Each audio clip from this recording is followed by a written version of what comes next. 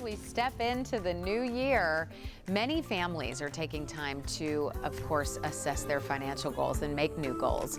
From teaching children essential money skills to supporting aging parents, managing a family's finances is an ongoing responsibility that never ends. It's like a business. To help navigate those changes, Bank of America Market Executive Lina Evans joins us with more. Hey there. Good morning. How are you? Great. Great. Okay, so these financial discussions can feel really hard because there's a lot of emotions involved, and of course you're dealing with your family, and it can be really hard. So how do you begin a conversation about family finances when there's an issue? Yeah, it's really tough. We've always heard, like, don't talk about money, politics, and religion, right? But politics, religion, whatever. But money, we're going to talk about money. It's not going to be a stigma. The holidays anymore. are over now. We can have these tough conversations. That's right. We're going to have to answer to our bank statements. But you're right. Talking about money with family can be challenging, but it's really essential to have these conversations so you don't get lost in the mud somewhere. Whether you're speaking with your children or with your parents, start early, ease into the discussion to make it as comfortable as possible. So don't just like jump right in and, oh, you point fingers and, oh, you did this thing. But even if your kiddos won't have a debit card for a while, or your parents don't yet need assistance, starting the dialogue now, baby steps, sets the foundation for those future decisions and those tough conversations. Money's a hard conversation to have. It really is. Now, with your kids, it's more about teaching them to be smart with money. Yes. So how do you begin to do that? So I actually had a conversation with my son recently. We were trying to decide between, what is the best thing? Is it a Bishop Boswell jersey? Is it a Nintendo Switch 2? And I'm like, let's talk about saving money, giving money, that kind of thing. So early financial lessons can really build a strong foundation for lifelong money skills. Start young. Try to introduce basic concepts as soon as your kid knows, like, basic math, addition, subtraction kind of thing.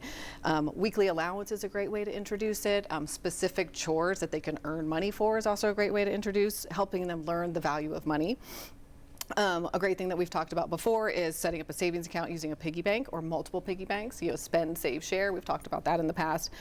I have found that looking for teachable moments in everyday life is really great. So, like, while you're out shopping or planning for a special purchase or something like that is always a great way to learn about money. And it is an ongoing process. This is not a one-time conversation and then just hope they just remember it from 9 years old on, because we won't, right?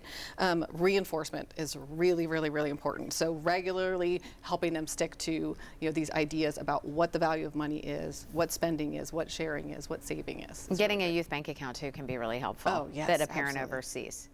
Absolutely. Right. And approves. Yeah. If you're caring for older adults, that can be really hard on the finances. How do you go about planning for that? The first step is talk to your parents about who will handle their affairs if problems arise. And that can be, like, if you have siblings, you can, like in my family, just be nominated by the rest of your siblings, or you can have like a grown-up conversation and all decide. But the National Institute on Aging recommends that parents give advance written consent to a designated family member so that that person can discuss personal affairs with key professionals like doctors, financial representatives, Medicare if need be.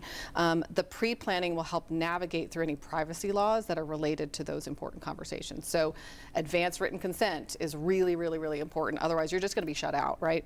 But avoid rushing in to take full control of your parents' finances. Offer the support gradually, only stepping in when they need it, right? If they ask, or just offer if it seems like things are a little wonky.